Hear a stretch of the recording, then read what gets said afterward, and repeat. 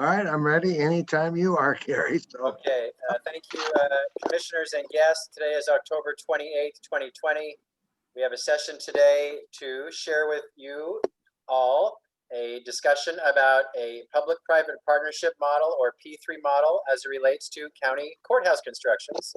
And we have guests from Howard County to share their insights, having done something similar. I will introduce Gary Barth, who is the courthouse project manager based in county administration, to kick off our meeting with introductions and then move forward with the agenda. So Gary, if you please go ahead. I'll be brief because I know we've got a short time and a lot of questions for folks. So thanks to Lisa from AIAI, who introduced herself to us a couple of months ago. And we had already been tracking the Howard County project when we were considering alternative delivery options. I first came across Howard back in 2018, so been tracking the progress fairly significantly since then. We have a common consultant in IMG Rebel who we contracted to do our value for money analysis, and has now just been contracted to continue to provide us financial and transactional support as we move forward with our next phase, which is P3 procurement preparation. We'll be putting together a preparation package to take back to our board in early 2021 for their final review and approval. That will include an affordability analysis, a financial plan, a refined programming analysis commensurate with that affordability, as well as draft RFQ, RFP, and project agreement. So we're about 3 years, I think, behind Howard in following a very similar path. And so today, our commissioners during study sessions had requested an opportunity to maybe speak with other peers who have gone through similar decision-making processes. This is our first use of a P3, public-private partnership, for a social infrastructure project. Not many have been done in Oregon either. And our project is very similar to yours in the fact that it's a hybrid financing, whereas you're going to issue bonds to make a milestone payment at completion. We have the state of Oregon, who has created legislation that will provide a similar milestone payment, half of the funding for our project as well. So very similar, and that's what kind of drew us to your project. So we have our 5 commissioners, county administrator, a few support staff, presiding judge Kathy Steele of our Clackamas County Circuit Court. And just wanted to open this up for a dialogue. And then Lisa, I'll let you kind of introduce our friends from Howard who have been very gracious in providing us their time. Right. Thank you. And thank you for the opportunity for AIAI to be involved. You know, our goal as an association is to provide information and education and make connections so that public officials have all the information they need to make informed decisions. So when Gary and I spoke, I was very pleased at the request for outreach, and I was able to reach out to Lonnie Robbins, Chief Administrative Officer of Howard County, and he was kind enough to bring together such an esteemed group. So with that, I'd just like to turn it over to Lonnie for the introductions, and thank you for agreeing and being part of the conversation. Sure.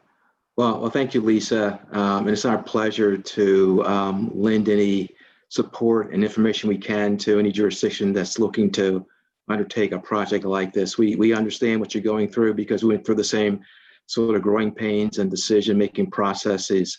But to kind of introduce our team, first I'd like to introduce Judge Gelfman. Can you raise your hand, Judge Gelfman? She's actually retired, but still working as needed when the court calls her back. So thank you. Also have Tom Manure, who's our Director of Public Works.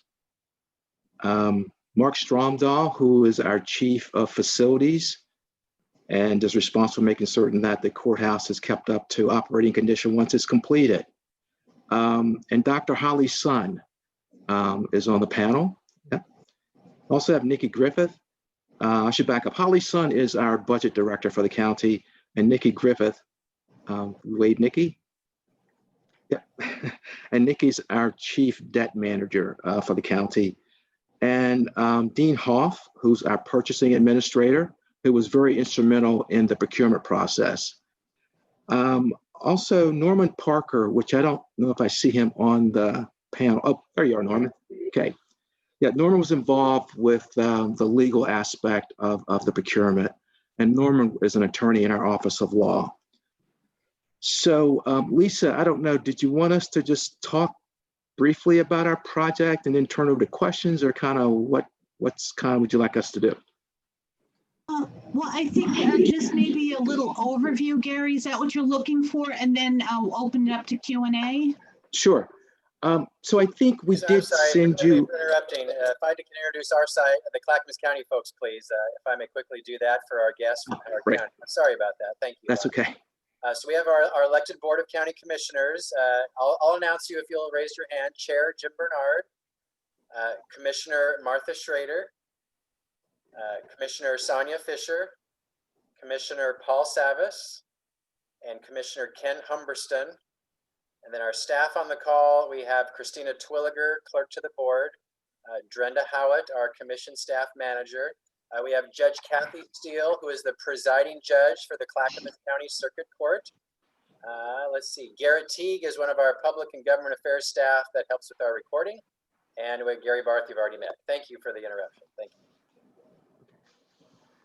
Yeah, I was going to start out by saying I think we did forward 2 publications to you. One was called a case study, February 2019, and also creating an award-winning local P3 project that was authored by Dr. Sun. Did you receive those? Gary, your microphone. You're on mute, Gary.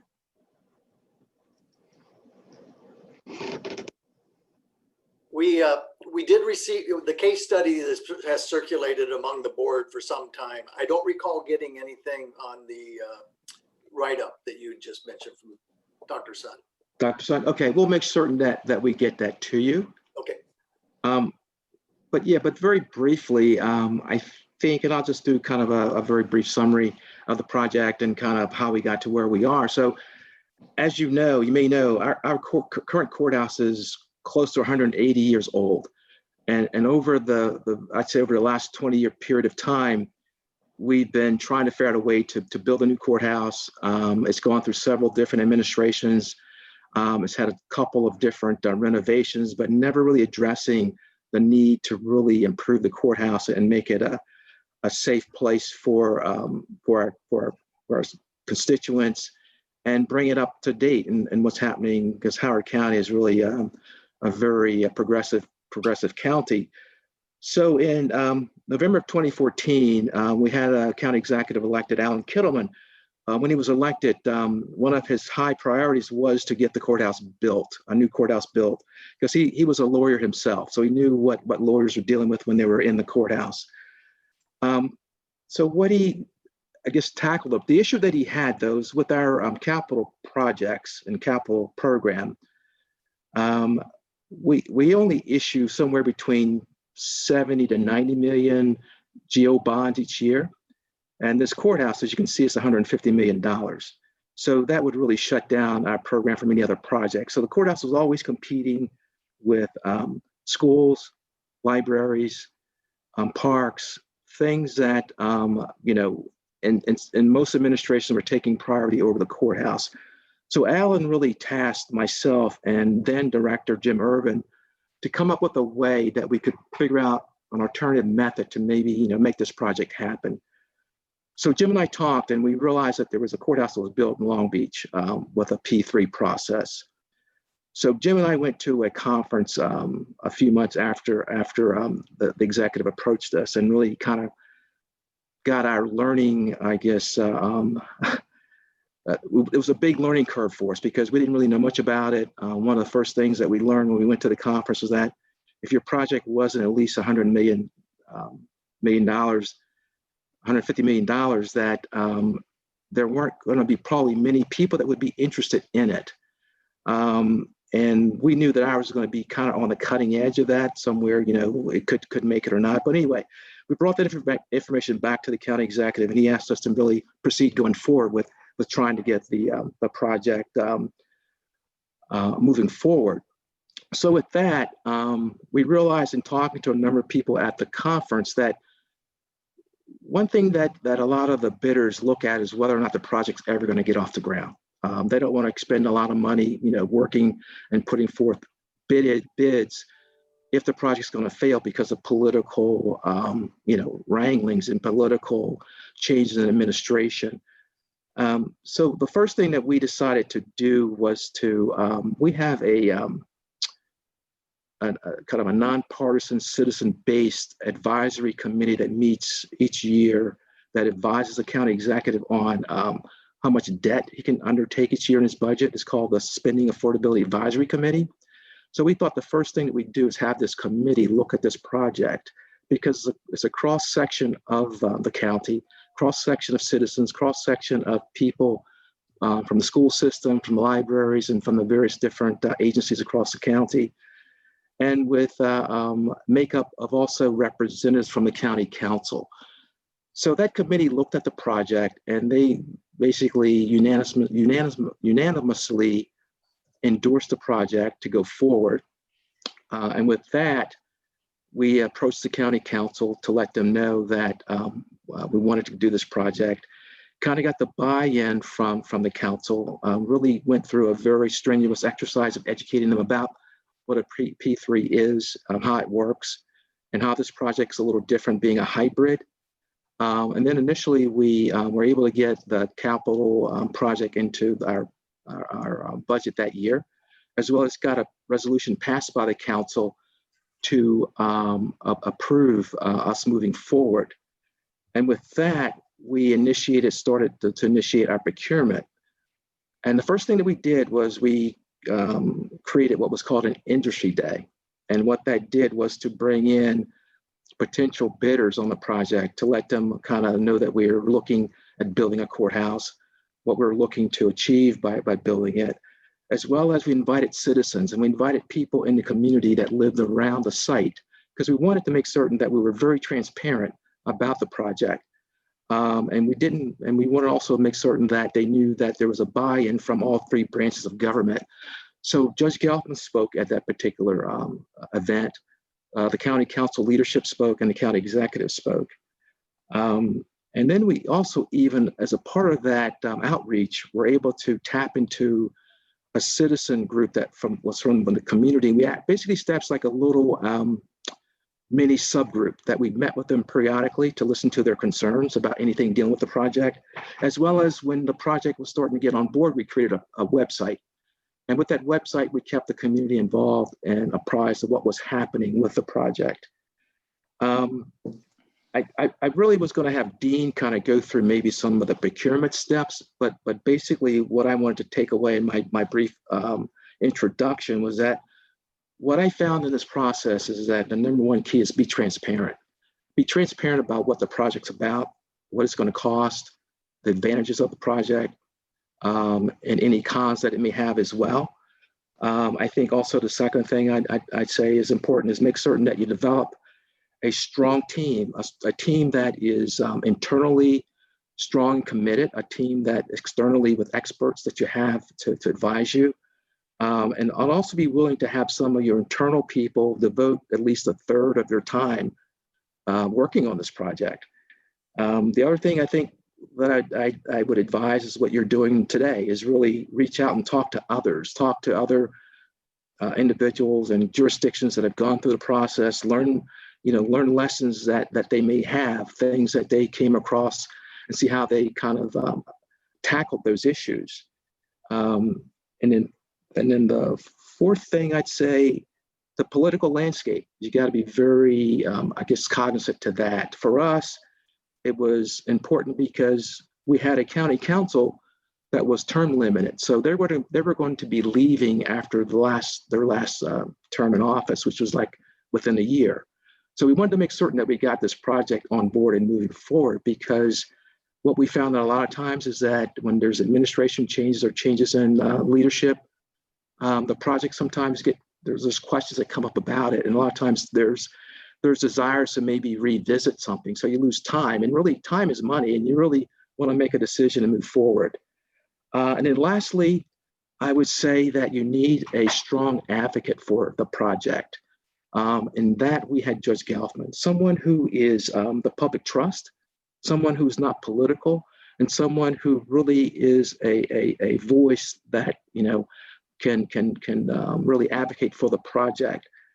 And I think with that lead, and maybe I should just turn over to Judge Gelfman, because I know that I think she has a docket this afternoon as well. So I'm going to make certain that we do hear from her. Yeah. Thank you. Actually, I think I'm muted. I can hear you. Can you hear me? Okay. Actually, I moved the case to 2:30. So okay. All the lawyers were very kind to allow me to move it. So I'm okay. But Lonnie, you'll tell me when my time is up to talk. Because the Howard County folks know that this is among my favorite projects to talk about. We needed a new courthouse. Our present building is very lovely, solid granite, not particularly conducive to internet connection and what have you. And we had a space limitation. And as Lonnie alluded to, our courthouse was built when President Polk was in office. And that was about 175, 180 years ago. So although we certainly value the historical benefit of the building, and but it simply wasn't conducive. And it was not cost effective to add on to this building because of the topography and because of the interruption in other business areas and residential areas that the project here would be able to undertake. We were fortunate that Howard County owned 29 acres of property, and there were several sites under discussion. One, obviously, could we add on to our present site? Could we add on to another courthouse site? And for various topography reasons and expense and disruption to business and residential, it was determined that it just wasn't feasible. Plus, we needed a certain amount of space. And so the project that we undertook was a P3 because, as Lonnie explained, government obligation bonds in Howard County would approximate 90 to 100 million. And if the courthouse is 150, it doesn't lead you anything. First of all, you couldn't finish the project, but besides that, you couldn't do roads and schools and what have you. So that was one of the issues. What I found was very critical was to have a good relationship amongst the branches of government, the judiciary, the executive, and the legislative. And again, as Lonnie explained, these folks coming in that are building these $100 million and beyond projects, they don't want to basically waste their time, spin their wheels on a project that's just not going to get them any result. So that was extremely important, and to have everyone's participation. The other was, I brought in every county council member into the courthouse, and we had to have obviously several meetings because we couldn't violate the open meetings rule. So we had a number of tours of this courthouse where they actually saw the need for the new courthouse in terms of security.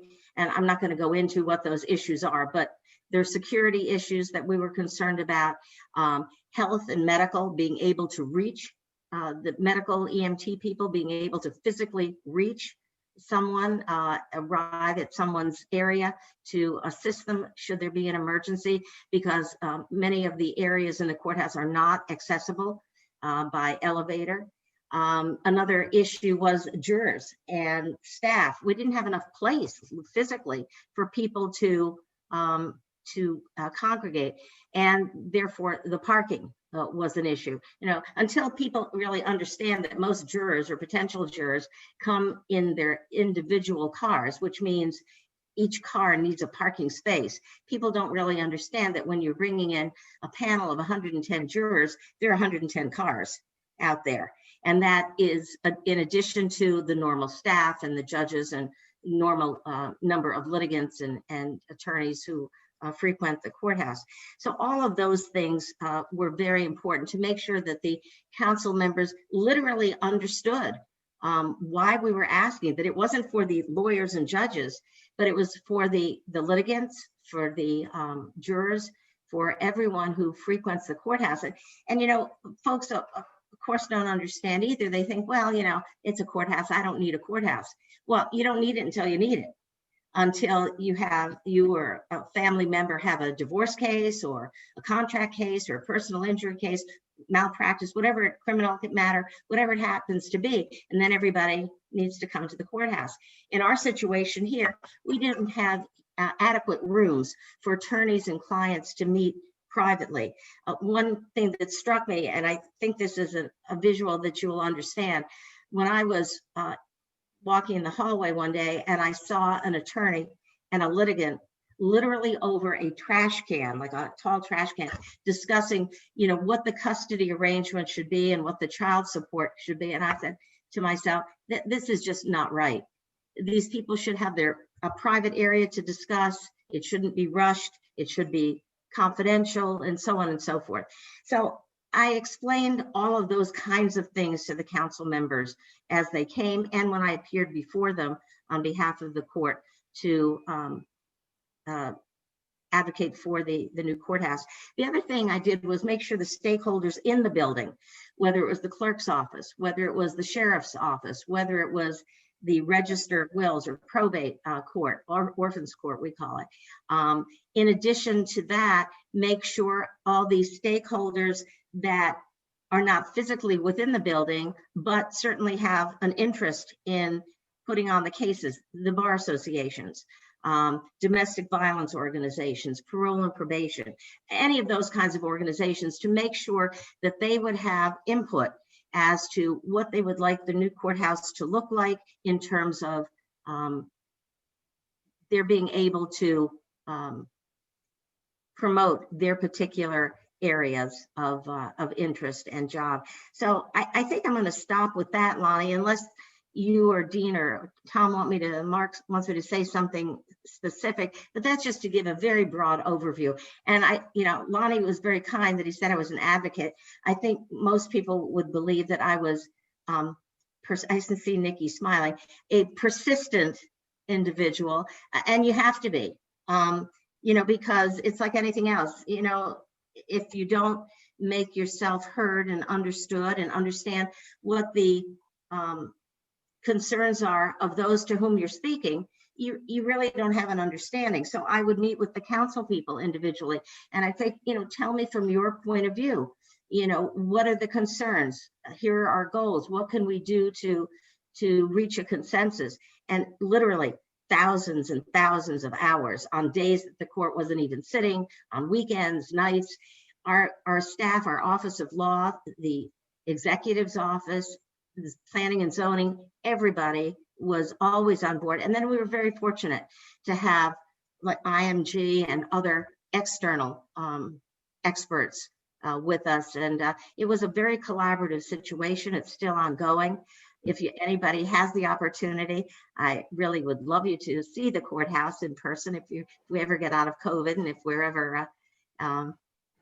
you're ever able to, because as I said, although the pictures are wonderful, the building is just iconic. And the most important thing is it will be a secure and safe and a place of decorum where people can have their cases heard. So with that, I'm going to stop.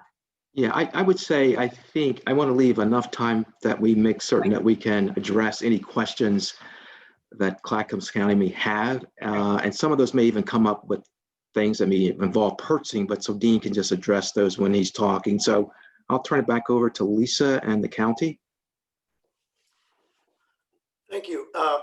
That's a great oversight, Judge Gelfman. We've been in a very similar path since the 60s. We've been trying to replace this courthouse.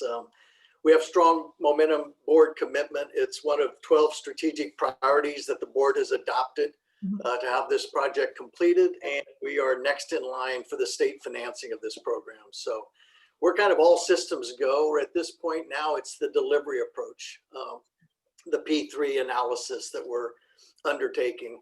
And so I think we want to kind of focus today a little bit on the process that Howard went through and looking at those alternative delivery approaches and financing structures. And Lisa, maybe I'll just cue it up with one of these questions that we kind of prepared in advance just to get the ball rolling. And I think that'll get the interaction going. Perfect.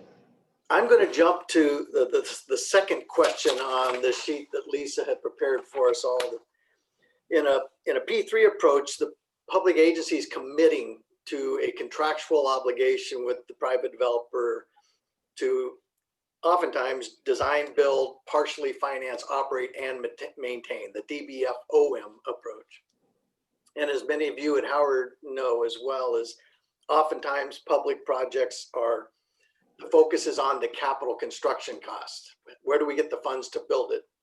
And then we'll worry about taking care of the building during the annual operating budget. And so that's probably one of the largest fundamental changes on a P3 is that contractual whole life cycle commitment.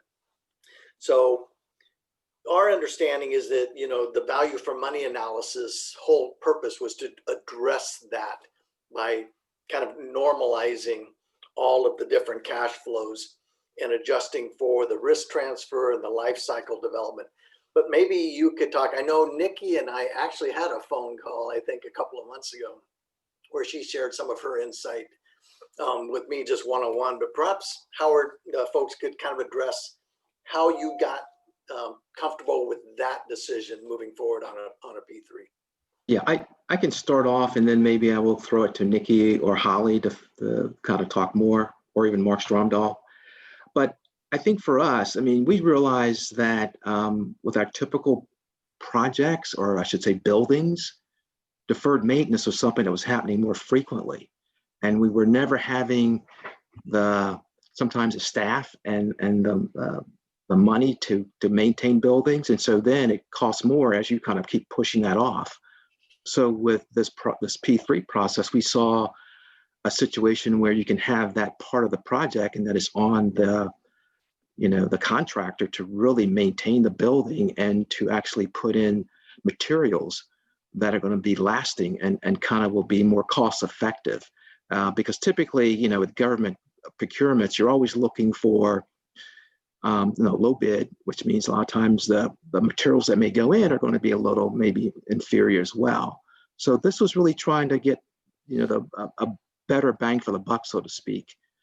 But about Holly, I don't know if you or Nikki have something to add. And I don't mean to interrupt everybody, but it does look like Commissioner Savas has a question. I'm not sure if you want to ask your question now or. I'll just hold until they're done responding to this question. Thank you. Okay, great. Yeah. Good afternoon, everyone. I'll just talk very briefly about my thoughts on the whole financial sense of a P3. I'll be honest with you, before we come to this project, I was actually skeptical on the financial part because I remember I went to conferences and asked but the interest rate is probably higher than the government issuing GO bond, especially we're AAA, why we go that way? But throughout the process, I learned and was fully convinced that it has its own financial, essentially for value for money discussion. One part is, the critical part is, I think mentioned by both Gary and Lonnie, is about the life cycle investment, because typically government capital project there, we do the construction bidding based on kind of usually lowers the cost construction, and then and the maintenance, depending on every year the fiscal condition may or may not get adequate maintenance money invested. Eventually, number one, the buildings may not last as long as you would like it to be, or in a good shape as you would hope to be, and later it can become more costly, as indicated by maybe some of your own experiences there. So this P3 essentially structurally made it investment, guaranteed life cycle investment throughout this period of time, and with the contract guarantee that when you get the building back after 30 years, it's still in good shape, which is really a big given. The other two pieces related to the financial calculation in my mind is that use P3 because the contractors or the private team is not only going to take care of the building, but also the construction, but also the operating and the maintenance. So they are very incentivized to find out overall cost saving measures. And they have been sharing with us, both the financial consultants and that actually different bidders has been sharing with that a good experience about how by pulling the designer of the construction together with operating maintenance team come up with a solution, and sometimes cost you a little bit more upfront, but in a longer term actually provide big savings down the road. And they're also incentivized to use more innovative technology as well. So that's part also usually bring, when you look at long-term view beyond 1 or 2 years here, that's where some of the benefit come from. The last thing is we tried in collaboration of our financial advisor, a relatively, I think it's still relatively innovative hybrid model, which utilize some of the public financing, but also some of the public financing, some of the private financing. So our benefit as AAA rated government, we still enjoy some good low interest rate as part of the financing, while the private sector took care of some of financing as well. So they have skin in the game. So it's actually, it benefit us both ways. So, and the last thing is, it's hard to quantify, is that with private sector and us doing this together in a locked multi-year contract, we kind of share a lot of risk to them as well, which is, you know, difficult to quantify, but that's also adds value because we're not alone. We actually are working together with them. So that's just my quick 2 cents. Nikki, I'm sure on the financial side, you have other thoughts there. Thank you. And Lisa did just forward us Holly's write-up. So we have that and the case study. I'll share that with the board after the meeting's over, and Judge Steele. Alani and Holly did cover most of the important benefits, I would say, is that, again, that the materials, we felt that when they were involved in the design, the project team would put better materials in, so that would actually save us some money in the operations and maintenance on the back end. Holly also mentioned the skin in the game. We really wanted to make sure that the project team was going to be involved throughout the entire 30-year process.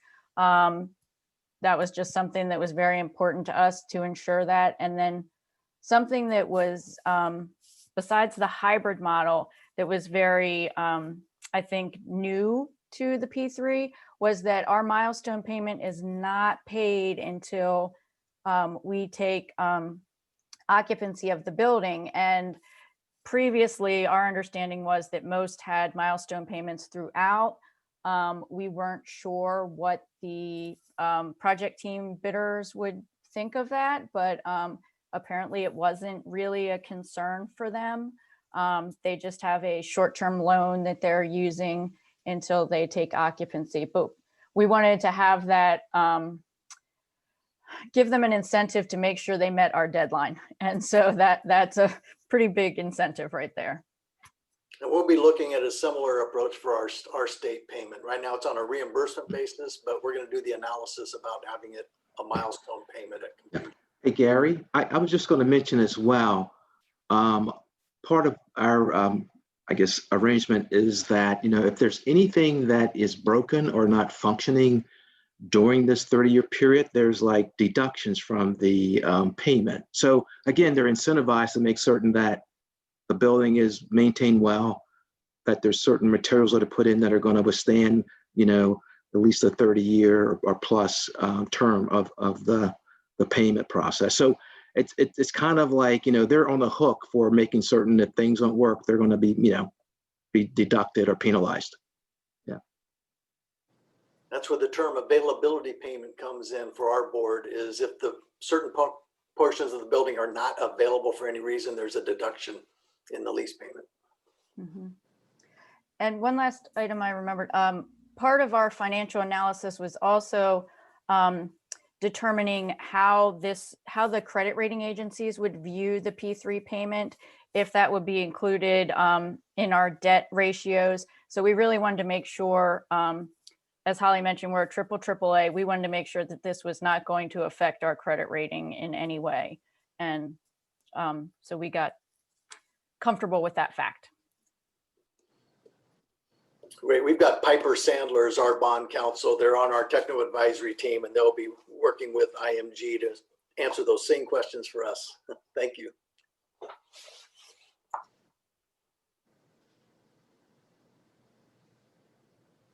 Commissioner Savas, go ahead, please. Yeah, thank you. Well, I am intrigued actually by the P3. My questions really have been surrounded around the cost of money. And I know that Gary's used the term value for money, and I just want to flip that a little bit and look at the actual cost of the money, because I know that, you know, just like buying a house or buying a car, you know, the longer you stretch out the payments, the more you're going to pay in interest rates. And so we haven't really settled exactly on that, but I am curious as to, with your project in Howard County, did you finance the entire amount, or did you upfront have some funds to put towards?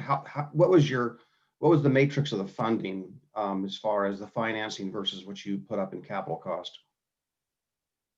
For the county, we are using general obligation bonds to fund our milestone payment, which is 50% of the construction cost, approximately. Okay, Nikki, which is the gold standard as far as getting the lowest interest rates, and the other portion came from Is project team financing. Okay. And that's where they have a 30-year loan as well, so that they will be making payments for the full 30 years. Okay. And your availability payment will reimburse them for that debt service. Right, and when we actually got our bid, we actually asked them to separate it into two separate pieces of the availability payment, which was the debt portion and then the operating portion. So that helps us clarify to the rating agencies which portion is debt, so that it helps us with our ratios as well with them. Do you know what the delta is between your GO bond finance rate and the project team financing you mentioned? I would have to see if we are actually allowed to disclose that. Okay. We did sign quite a bit of non-disclosure because it's proprietary information. So I'm not sure. I would have to check if I can actually disclose. I probably could tell you the delta, but not necessarily the rate. So I can certainly check that and send that to you. Okay, thank you. Mm-hmm. Nikki, you don't require voter approval for a GO bond in Maryland, is that right? You can issue GO bonds without voter approval? So we have a county law that is approved, and there is a 60-day period where they can, Challenge it. protest. Yes, but other than that, no, we don't have to put it on our on the voter bills. No. Are there any other questions? Just again, to clarify, the state of Oregon will be issuing what they call Article Q bonds. It's for capital construction projects for state buildings. This qualifies based on the legislation. So that will be our source of the low cost muni financing. And then that in the P3 model, that would be complemented with the private debt and equity of the partner. You know, one thing I would mention is we have in the statute that P3 is an allowable method of financing. I don't know if you have a similar statute. We've had Hawkins do a review of our local contracting review board rules, and they don't see anything that precludes us from doing P3, but one of the things in our work product going forward is to see if we have to make any kind of statutory adjustments to it, allow for that. The other thing I was going to mention, it's not directly on point with what you asked, but another cash type of interest is that one of the things that we put forth in our contract is that there should be a certain amount of minority participation for contracts, and not just for menial types of jobs, but across the board, engineers during the construction, during the maintenance, which was also well received by the citizens than the council members, in that it would generate jobs and activity and jobs from everything, from what we would call unskilled labor to highly technical, highly professional. That was a perfect lead into my next question. So my next question was question 3 is how you address, our board has very similar objectives for internship programs, prevailing wage, number of other labor. Some of the initial conversations on a P3 was, do you lose control of your goals and objectives when you partner with a private party? Everything we've heard is that this is very commonplace. It will, if the P3 bidders know what their objectives and goals and requirements are, they will bid accordingly, but it won't preclude them from bidding. So is that your experience as well? Is it your requirements? Did you see a negative impact on the quality of your bids, or did it not have an influence? I would say that I didn't see the quality of bids being affected by that at all. Matter of fact, I think those requirements were well received by all the firms. And they've kind of exceeded our goals that we've had put in place. Excellent. Commissioner Humbertson has a question. Thank you. So I've heard the upside. And candidly speaking, only for myself, I lean that direction. However, I would like to know if there is any aspect of this P3 process, construction, building, occupation, any of it. Is there any downside that you have discovered in this process? Okay. I mean, I'll start off, and I guess I'll throw it to anybody on our team for downsides. But I mean, I think it's like anything else. You know, time is money. I mean, so over time, it's probably going to cost a little more than if you were to kind of just pay for this up front. But again, there's a whole issue with maintenance, and we were basically facing situations where our buildings were not being maintained, and that they were, you know, in disrepair. This way, we found a way that it would, you know, basically assure that the buildings would be maintained, and when we did receive it at the end of the term, it was going to be in great shape. So for us, that was one thing that we did think about. As far as downsides too, I mean, I think there's always, you know, public perception of is this best for taxpayer dollars? But that's something that, you know, I think you all have to answer as a jurisdiction. I mean, we were faced with, as I said early on, there's no way we could have built a courthouse without looking at a process that was a little bit an alternative mechanism, because going through our traditional capital program, this courthouse could not compete with the other projects that were ongoing in the county. High schools, I mean, are going to win out. Libraries are going to win out. Parks, roads. I mean, so it was really trying to figure out a way after 20 years of trying to Band-Aid and bubblegum that courthouse together. We realized that it's a losing battle. We're throwing good money after bad. I don't know if anyone else has any other comments. That's an interesting point, because when you looked at what the maintenance costs were for this building, for example, it's an old building, obviously, it's got 67 air handlers in the building, and one of them was always going out. I mean, it was just constant putting, as Lonnie said, good money after bad. And then we didn't have the space, we didn't have the security. So I don't know if your intention is to renovate your existing building or add on to it or build in a different location. Build new in a different location. Yep. If you're building in a different location, I would counsel your county solicitor, office of law, your legal team to make sure that wherever you're going to entertain putting the building, it's allowed. For example, we're incorporated, not incorporated, excuse me. And so, but basically from our Attorney General's office and looking over overlays and overlays and overlays of, you know, looking at monuments and, you know, because we didn't have a meets and bounds description in many instances, we had to make sure that where we were physically putting the building would not require a referendum to the voters to move the location of the courthouse other than where the confines where it's supposed to be. So those kinds of issues. But I'm sure your legal staff will look at that. Yeah, we've got a Red Soils campus master plan. That's where the county's been consolidating a lot of disparate buildings over the years. And so this courthouse has been identified on that site for about 10 years now. And so we've got the site analyzed, and working with the city of Oregon City is our jurisdiction that we'll be working with on all the permitting.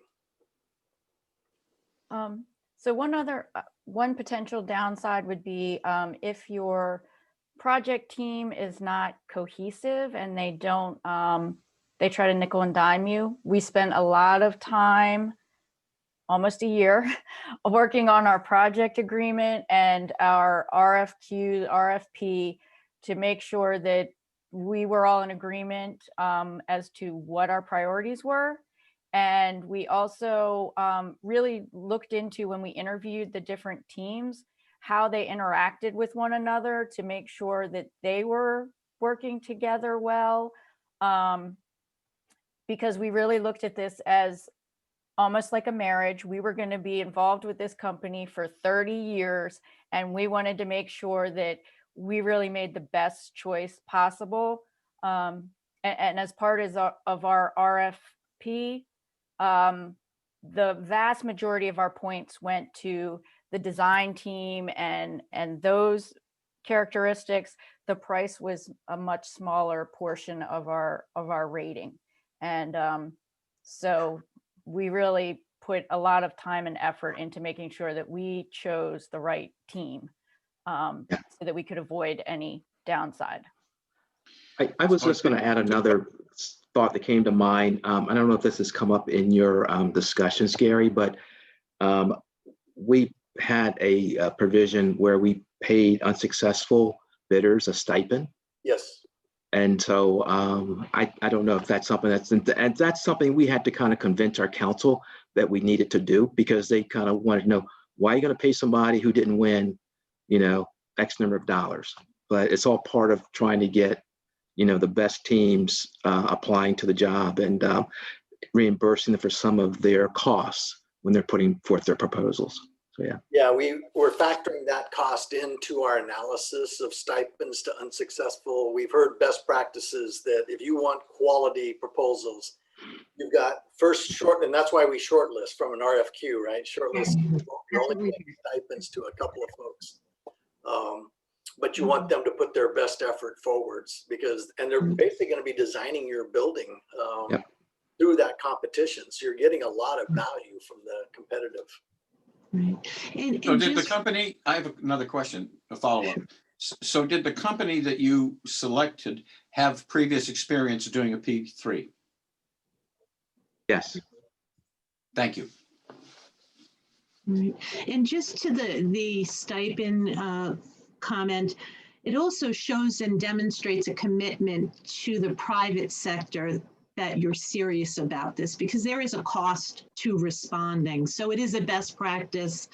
And just to your credit, Lonnie and your team, a lot of what I'm hearing is what we understand to be best practices, right?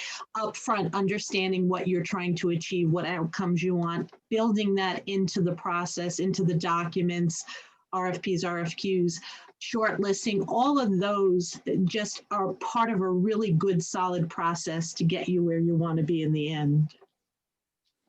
And those stipends get capitalized into the project costs. Correct. Oftentimes are paid by the winner, and then Correct. recaptured back through the availability payment. Right. Commissioner Savas? Yeah, I really, again, I want to thank you all for actually helping us through this today. My question, I heard Lonnie Robbins say a couple times, and maybe my question's perhaps to him, to you, sir. And that is, you mentioned repeatedly, and I've heard this before, even on our side from our staff, that the benefits are the maintenance and the deferred maintenance concerns that you had. We have some experience building 2 new structures at our county campus here in the last 10, 15 years. So we kind of been through that to some degree. I'm just curious as to what particular aspect of maintenance you foresee in that first 30 years, or the most significant aspect where you would see savings? Yeah. Probably I was gonna refer to Mark Stromdahl, who's our facilities guy, but I think he had to jump off for another call. Tom, I don't know if you have any thoughts or ideas. If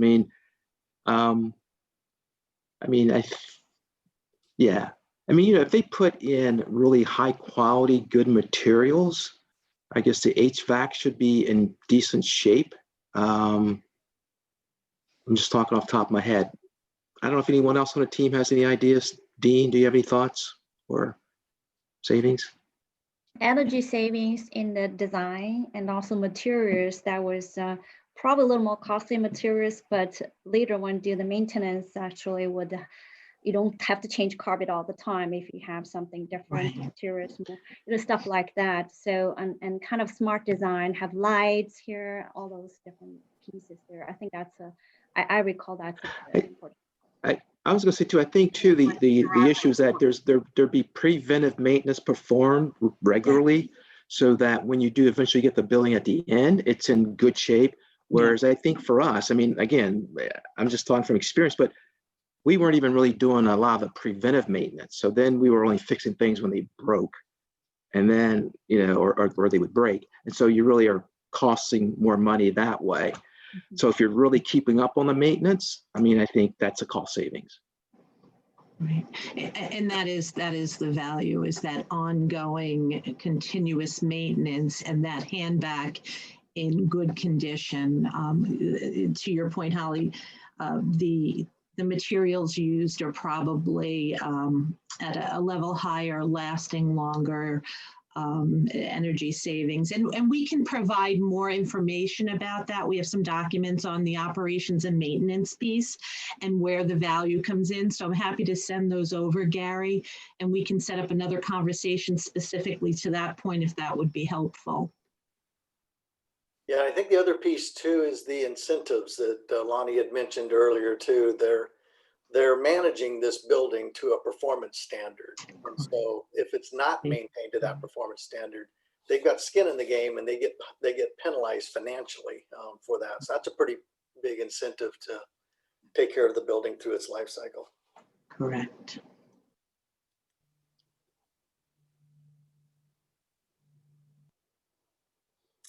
I don't see any other hands. Maybe another question. I think we touched upon it briefly, but the concept of public perception of privatizing essential public functions. You go with a P3, you're just privatizing a public service, and the private sector is going to profit off of the social infrastructure.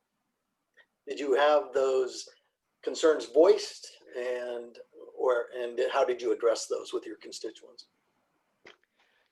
I don't recall having those sentiments actually voiced as much. I think more of the questions evolved around the cost of the project, and not really understanding how the P3 works and with the maintenance and the penalty charges for things that weren't being maintained appropriately.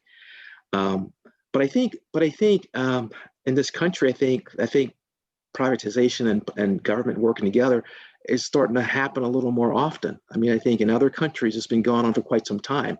So we're just sort of catching up. I think it's being the fact that you guys are looking at this project as a potential, way of building your courthouse. I think it's being accepted more. Yeah, Long Beach kind of led to you, which kind of led to Miami-Dade, which led to County, which led to us.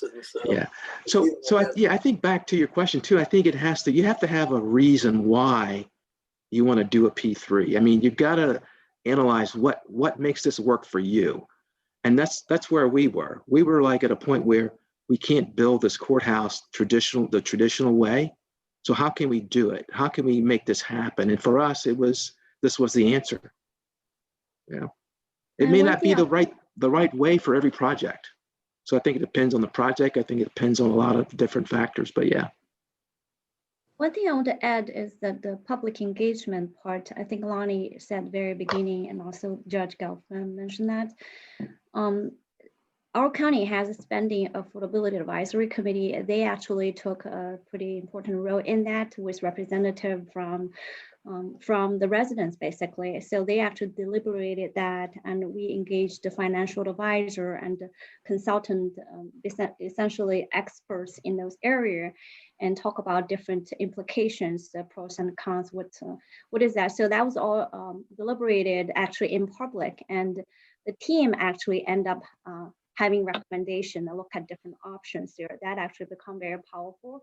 And the team also briefed the county council. The other thing has been mentioned earlier is also you got to have the political consensus before you fully go into route, because this is a big undertake, and not only the county will enter into essentially a 30-year agreement, which has long-term implication on annual budget and operations, but also the procurement itself is more complex and need a lot of your staff dedicated time to that, at least in that probably 1.5 or 2 year period of time. So it's a really big thing. So you want to make sure when you enter it, you already have the buy-in from all the key stakeholders and get all the questions deliberated and people reach consensus on that. Otherwise, in the middle of that, it could be change of political players, elected officials, other things. You don't want to get stuck in the middle. I think that's a pretty important experience we want to share. All right, we're out of time today. So Gary Barth, any closing comments? No, again, thank you so much, folks at Howard County, for taking time out of your day to spend some time with us as we kind of follow your tracks on about a 3-year lag. So hopefully we'll learn from your learnings, and maybe someday post-COVID, I know our board travels to DC often, and so hopefully there'll be a time you're not a short drive away from DC, so maybe a visit in the future might work out as well. Thank you. Thank you very much. Sounds good. And I was going to say too, if there's anything or any other questions that come up after this call, feel free to reach out to us, Lisa, and we'll be willing to assist in any way we can. Thank you. Thank I you. appreciate your time and both counties for looking at the model and embracing new and innovation. It's not the easiest thing to do, but when it's the right thing, it's a really successful outcome for communities. So thank you for taking that on. Just one final comment I wanted to we had our electeds here today, but we have a technical advisory committee. We've got a whole string of folks, employees and staff from various areas of the county. We've got them into 4 branches of legal procurement, financial transactional, technical, and architecture, and public communications. And Sounds familiar. and we've got consultants assisting us in each of those areas. WT Partnerships is doing the Arcadis role that you had. Okay. And we've got IMG Rebel in a similar role. And then we're looking at 3 legal advisors right now that will make it this week. All right. All right. Thank Thank you you. very much. Good luck. Okay. Thank All right. you. Bye-bye. Bye. Bye-bye.